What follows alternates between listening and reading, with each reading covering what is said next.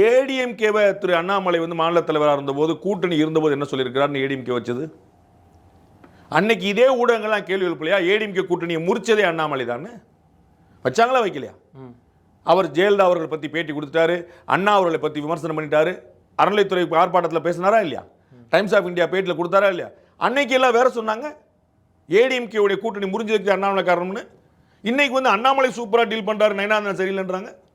ஒவ்வொருத்தருக்கும் ஒரு அப்ரோச் இருக்குங்க. இது எப்படின்னா அத்வானி இருக்கும்போது மோடி இருக்கும்போது அத்வானி பாராட்டு இல்லை நான் இதில் மோடி அத்வானியே கம்பேர் பண்ணக்கூடாதுன்றேன், எம்ஜிஆர் ஜெயலலிதாவை கம்பேர் பண்ணக்கூடாதுன்றேன், ஜெயலலிதா எடப்பாடியை கம்பேர் பண்ணக்கூடாது. ஒவ்வொருத்தருக்கும் ஒரு தனி அப்ரோச் இருக்கு. நான் இப்போ தான் வேற ஒரு பேட்டில் சொல்கிறேன். 2016 21 இந்த 2 கேப்பில் நம்ம 3 மன்னிக்கணும் 2021 24 நம்ம 3 முதலமைச்சர்கள் பார்த்துருக்கோம்.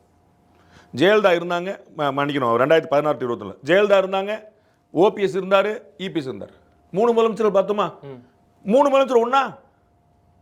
ஜெயலலிதா அவர்கள் ஓபிஎஸ் ஒன்றா, ஓபிஎஸ் இபிஎஸ் ஒன்றா? இபிஎஸ் தான் ஜெயலலிதாவா, ஓபிஎஸ் தான் எம்ஜிஆரா? இபிஎஸ் வந்து எம்ஜிஆர் நினைச்சுக்கிறாரு விமர்சிக்கணும். யாருமே கிடையாது.